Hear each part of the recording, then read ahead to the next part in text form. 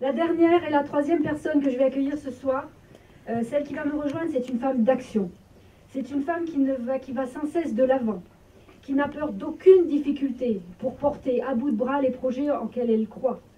C'est elle qui a écrit aussi à l'encre de l'exigence et de l'excellence les plus belles pages de l'action culturelle dans cette ville et dans ce département.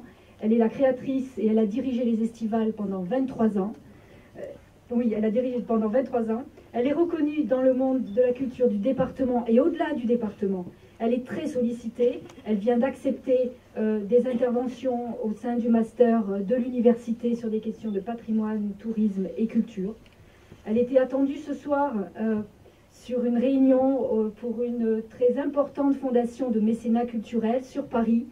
Elle a fait le choix de rester parmi nous. Je sais combien cette soirée était importante pour elle.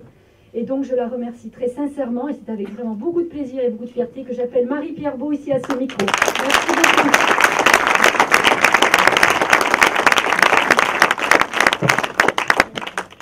Merci, c'est un exercice un petit peu difficile parce que, en général, je me laisse aller à mon discours, je suis prise par la passion et je dépasse souvent le temps qui m'est imparti. Donc, je vais essayer de me contrôler. Voilà, donc en fait, mon témoignage, je pense, va être double parce qu'en fait, il peut être exemplaire pour les jeunes générations parce que quand j'ai commencé donc en 88 à imaginer, à rêver les estivales, il n'y avait rien et le département était un quasi-désert culturel. Je tiens à le préciser. En 88, il y avait seulement à Perpignan des tournées de théâtre de boulevard. L'été, il y avait seulement le Festival de Prades, très qualitatif mais extrêmement ciblé, et le CML, l'Institut Jean Vigo, mais des petites, des actions culturelles très ciblées. Et moi, avec ma petite équipe, d'abord, j'ai rêvé, nous avons rêvé, et ça, je crois que si j'ai un seul mot d'ordre, une seule, consigne ou conseil à donner, c'est celui-ci. Il faut toujours rêver, il faut toujours imaginer des projets pour arriver à quelque chose. Et donc en 88, on a démarré Estival à partir d'un rêve. Et pour moi, ce fut le coup de foudre avec un lieu, avec en fait le patrimoine catalan, qui n'est pas le mien, puisque je suis une gabache. J'ai eu le coup de foudre pour le Palais des Rois de Majorque. Et comme j'étais une théâtreuse aussi, j'ai rêvé du mariage de ce lieu qui est absolument unique et extraordinaire. Et j'ai voulu, à partir de ce lieu, avec une toute petite équipe de bénévoles extrêmement motivés, j'ai inventé un festival de théâtre qui s'appelait les Estivales de Perpignan et dont le lieu principal à l'époque était le Palais des Rois de Majorque. Et puis, je vous passe les détails parce que bon, j'en ai fait un livre, je ne suis pas là pour vous dire achetez-le parce qu'il est presque épuisé, mais il est vrai que c'est une aventure qui a duré 23 ans et qu'elle a eu beaucoup d'épisodes. Les épisodes les plus heureux furent évidemment l'accueil petit à petit des plus grandes pointures. Et avec ma petite équipe, dès 1992, c'est-à-dire 4 ans après le début, nous sommes passés au professionnalisme. Au début, bénévolat, 92, le professionnalisme. Et à partir de là, nous avons proposé aux élus, un jeune élu qui arrivait ici, le fils de quelqu'un qui était là déjà depuis longtemps, et j'ai proposé à ce jeune homme, d'une 50aine d'années à l'époque, bien qu'il ait toujours l'air très jeune, mais j'ai proposé à ce jeune homme, en 93, de faire de Perpignan ce qu'elle fut pendant un demi-siècle au XIIIe siècle, la capitale culturelle de la Méditerranée. Et croyez-moi, en 93, personne n'y pensait. Il n'y avait pas encore Marseille qui avait revendiqué cette place-là, il y avait fort peu de villes. Et à cette époque-là, ce jeune monsieur m'a dit « Ah ben non, Perpignan va être Perpignan la Catalane ». Et je trouvais que c'était vraiment très limité parce que la Méditerranée fut longtemps le cœur de notre monde connu, en tout cas jusqu'au XVe siècle, et Perpignan et tout le département sont riches des strates ajoutées par les siècles et par toutes ces cultures. Et donc, pourquoi ce festival a marché parce que je dis bien qu'il a marché, parce que nous avons commencé avec nos fonds propres et en allant coller les affiches la nuit, jusqu'à 2010 où nous avions 40 000 spectateurs, dont, je le précise, 40% étaient extérieurs à la région Languedoc-Roussillon. Donc nous avions réalisé une étude à ce moment-là, et le festival, qui se déroulait jusqu'en 2005 sur le Palais des Rois de Majorque, le Campo Santo, qui a été ouvert grâce à Francis Huster et moi en 1994, quand on a trouvé ce lieu, on a proposé à Jean-Paul Alluy d'en faire une scène équivalente au Palais des Rois de Majorque. Et de fait, nous avons déroulé un festival sur le Palais des Rois de Majorque pour le théâtre, le Campo Santo pour les grands spectacles de danse, de musique classique, de world music, et puis de variété.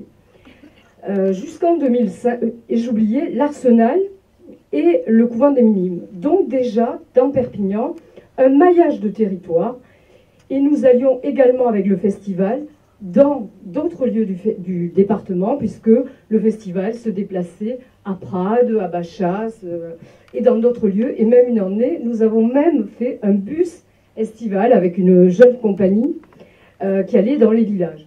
Donc tout ça pour vous dire que Estival a été un grand moteur de l'économie locale. Donc la preuve en était faite pour nous, étant donné que nous avons fait faire des études très sérieuses pour étudier vraiment les retombées, et nous nous sommes rendus compte que nos spectateurs dépensaient entre 15 et 100 euros par jour, suivant qu'ils étaient évidemment d'ici ou de plus loin. Donc évidemment, les restaurants étaient pleins, les cafés étaient pleins, les gens consommaient davantage, parce que nous attirions un public qui se situait dans une gamme, je pense, de public avec des moyens assez élevés, donc un public qui irriguait la ville et le département d'une économie, à mon avis, positive. Et donc, ce bel élan qui nous a permis d'accueillir les plus grands artistes, je dis bien du monde, et tous ceux qui connaissent, j'en vois ici beaucoup qui étaient spectateurs du festival, savent à quel point on a fait des créations avec les plus grands artistes du monde, pour lesquels Perpignan, c'était, excusez-moi si j'en pense certains, mais le bout du fond du trou du monde. Et Perpignan, grâce à Estival, et à Visa aussi, qui est venu l'année juste après, je pense que nous avons contribué, à changer l'image du département, parce que je peux vous dire que quand on faisait des conférences de presse à Paris et à Barcelone, les plus grands médias venaient, et d'ailleurs j'aurais dû amener les boucles de presse que nous avions chaque année, et ils étaient aussi épais que le bottin de l'Île-de-France. Donc, ça parle peut-être moins à ceux qui utilisent les ordinateurs, mais tout ça pour vous dire que nous avons changé l'image, nous avons insufflé une nouvelle énergie, puisqu'à partir d'Estival, et grâce à cet élan, beaucoup de festivals sont nés, et aujourd'hui, il y a des festivals quasiment dans tous les villages. Ça, c'est la première chose. Et si je suis venue témoigner aujourd'hui, c'est parce que ce bel élan qui marchait bien, nous avions embauché du monde, et nous générions, il faut le savoir, un grand nombre d'emplois directs et indirects. Puisque nous, pendant le festival, nous faisions travailler environ pendant un mois plus d'une centaine de personnes. Donc, je vois parmi vous certains qui travaillaient, on faisait travailler des agences de communication, des techniciens, c'était de l'emploi. Et ce bel élan a été fracassé par les politiques. Donc, je dois dire qu'en dehors de toute considération partisane, j'en veux beaucoup au système qui a présidé longtemps dans ce département et qui continue aujourd'hui. Et habituellement, je vous assure, j'ai été très sollicitée pour les municipales. Je n'ai répondu favorablement à aucune liste. Mais là, je vous assure, quand j'ai vu les gens qui avaient été élus sur Perpignan, je peux vous dire que je suis scandalisée.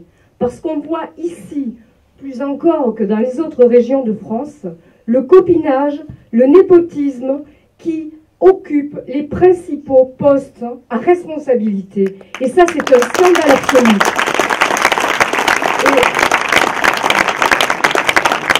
là, je suis... Mon ancienne collaboratrice m'a dit, pour ne pas t'égarer, tu lis ton papier. Et vous voyez, je suis intraitable. Mais c'est une vraie colère, parce que vous l'avez compris, on était... Estival, c'était sur l'énergie, sur la passion, sur l'émotion, sur un vrai don de soi et une vraie sincérité. Et donc, ces politiques qui ont vraiment fait une OPA sur le festival, hein, vous savez, et je dirais plus, une OPA inamicale, c'est-à-dire quelque chose qui marchait très bien, qui avait des finances très saines, parce qu'il faut savoir ce que le théâtre de l'Archipel aujourd'hui vous coûte à tous. C'est un théâtre, je prends juste cet exemple parce que je lui en veux un peu au théâtre de l'Archipel, parce qu'il nous a absorbés. Donc, c'est un théâtre qui, aujourd'hui, a comme autofinancement 15%, pardon. 15%. Retenez bien ce chiffre, parce que les chiffres que je vous donne sont attestés par le ministère de la Culture. Sachant que la moyenne la plus basse qu'on puisse trouver dans tous les autres théâtres scène nationale en France, c'est 25%. Donc, moi je disais, si seulement on arrivait à faire une meilleure programmation, plus large, plus grand public, et à réduire certaines charges, je vous assure, on gagnerait 2,5 millions. Et je peux vous dire qu'aujourd'hui, c'est de l'argent perdu, et c'est nous tous qui le payons, contribuables de Perpignan. Donc j'ai une vraie colère, parce qu'on casse un outil qui marche. Et pourquoi on le casse? Eh bien, on le casse pour s'en accaparer, pour l'utiliser à des fins personnelles. Et on distribue les postes à la fille d'eux, au cousin d'eux, voilà. Et donc, c'est une équipe qui a été cassée, c'est un élan qui a été cassé, c'est une dynamique, et c'est des centaines de milliers de spectateurs, parce que c'est des centaines de milliers que nous avons accueillis, qui régulièrement nous témoignent encore leur regret de voir ces fausses estivales qui continuent. Parce que, attendez, en 2010, ils ne se sont pas contentés de casser un outil qui marchait bien, de casser une équipe qui gagnait. Ça ne leur a pas suffi. Ils ont mis tous ces gens au chômage d'ailleurs. Ça ne leur a pas suffi. Ils ont en plus, l'année d'après, commis, à mon avis, l'erreur absolue doter le festival des lieux de plein air. C'était absolument insensé. Et je peux vous dire, je ne me suis plus à lire la réponse de celui qui a pris le festival en main, qui n'est autre que le directeur du théâtre de l'Archipel.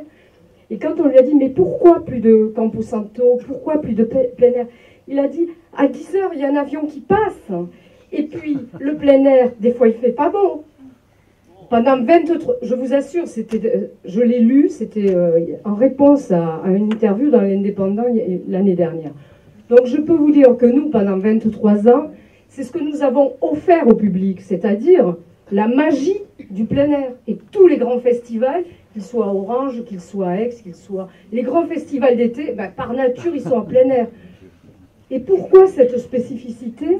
Eh bien, c'est parce que le festival de plein air accueille 80% de personnes qui ne vont jamais au théâtre, jamais dans une salle de spectacle, et qui de fait ne vont pas plus dans une salle fermée, parce que c'est comme ça.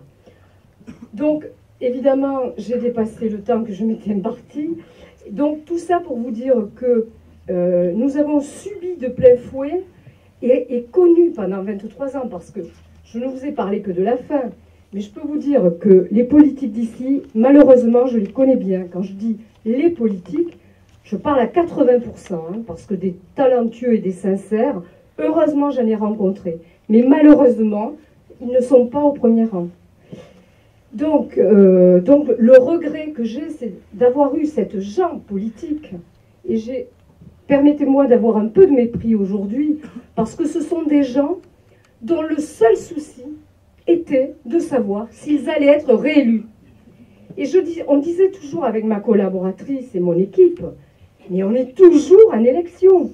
Et donc, et on sentait que notre dossier, nous on était contents, on a mené un super dossier, ils s'en fichaient complètement. Il faut le savoir. Le bien public, la plupart, ils s'en contrefichent. En tout cas, ceux que j'ai rencontrés ici. Et de fait, comme ils pensent qu'à eux et à leur place, eh bien, ils gèrent en conséquence. Donc voilà comment un festival, un beau festival qui était une entreprise culturelle, qui était une entreprise saine, a été cassé parce que les chiffres, je les ai, je les connais. C'est une honte absolue parce qu'avec le même budget, ils n'ont quasiment plus de spectateurs. En tout cas, beaucoup moins. Donc, j'arrête ici, mais ce n'est pas dans une perspective de regret et de revanche que je suis là, parce que personnellement, et mon équipe aussi, tout le monde a rebondi. Parce que quand on a autant de foi, autant d'énergie et qu'on aime autant son pays, on trouve toujours des solutions. Et donc, moi aujourd'hui, pourquoi je suis prête à m'engager dans une action politique au bon sens du terme, c'est-à-dire gestion de la cité, pourquoi je suis prête à m'engager? Eh bien, c'est tout simplement parce que je crois, et c'est le métier que je pratique aujourd'hui, en tant que conseil, je crois que la culture aujourd'hui est un ferment puissant de développement économique pour ce département et pour la ville de Perpignan. Tout d'abord, pour lui-même, parce qu'on sait, et tous les rapports le confirment, que pour 1 euro investi dans la culture, c'est 6 euros qui reviennent. Et récemment, s'est tenue à Florence la conférence de l'UNESCO qui a publié un rapport mondial que vous pourrez retrouver sur Internet et qui a pour titre « La déclaration de Florence » et qui vient de dénoncer la culture comme une des perspectives les plus intéressantes en termes de retombées économiques pour l'avenir. Donc, moi, pour ce département, ce dont je peux rêver et ce que je peux imaginer si des gens sérieux, des gens sincères et des gens qui ont d'autres soucis, non pas que se placer, mais mettre le département dans un cercle vertueux, enfin, comme vous le disiez, on est assis sur un tas d'or, on a tout, on a absolument tout. Mais ce qu'il manque, je crois, c'est des gens qui ont une vision, et qui n'ont qu'une ambition, c'est celle de, vous le disiez tout à l'heure, de servir et non pas se servir. Parce que je vous assure que c'est vraiment ce qu'ils font. Il faut croire que la soupe est bonne parce qu'ils se pressent pour y revenir. Donc, je vais conclure parce que j'ai pris soin de prendre une montre. Et je peux vous dire que, en fait, moi je n'ai aucun regret, aucune rancune, parce que toutes les expériences de la vie sont formatrices.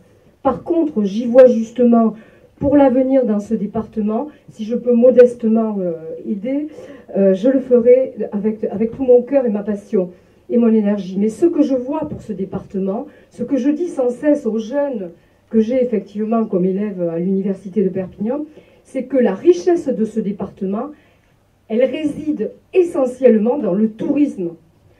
Non plus le tourisme de masse qu'on a connu dans les années 60 à 80, mais un tourisme de qualité, fondé sur notre patrimoine, avec les sites dont je vous ai parlé, qui sont des sites absolument extraordinaires. Parce que le cours que je fais justement, c'est un cours de tourisme et patrimoine.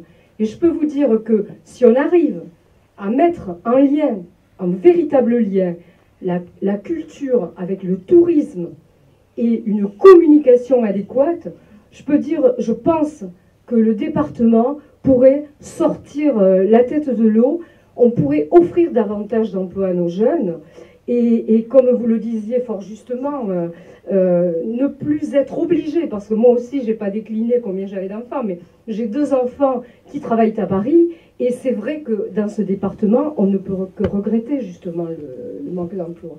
Donc si j'ai un message à livrer ce soir, en tout cas c'est de dire, moi je crois en ce département, je pense qu'il a des ressources, il a des moyens humains, parce qu'il y a des gens bourrés de talent, qui malheureusement ne sont pas aux affaires encore. Donc j'espère que les prochaines élections, toutes les prochaines échéances, permettront à ces nouveaux talents d'émerger pour réellement sauver ce département qui est en queue de peloton et c'est vraiment dramatique. Donc je dirais juste en conclusion, et excusez-moi d'avoir été un peu plus longue que prévu, tout est possible si on le veut vraiment.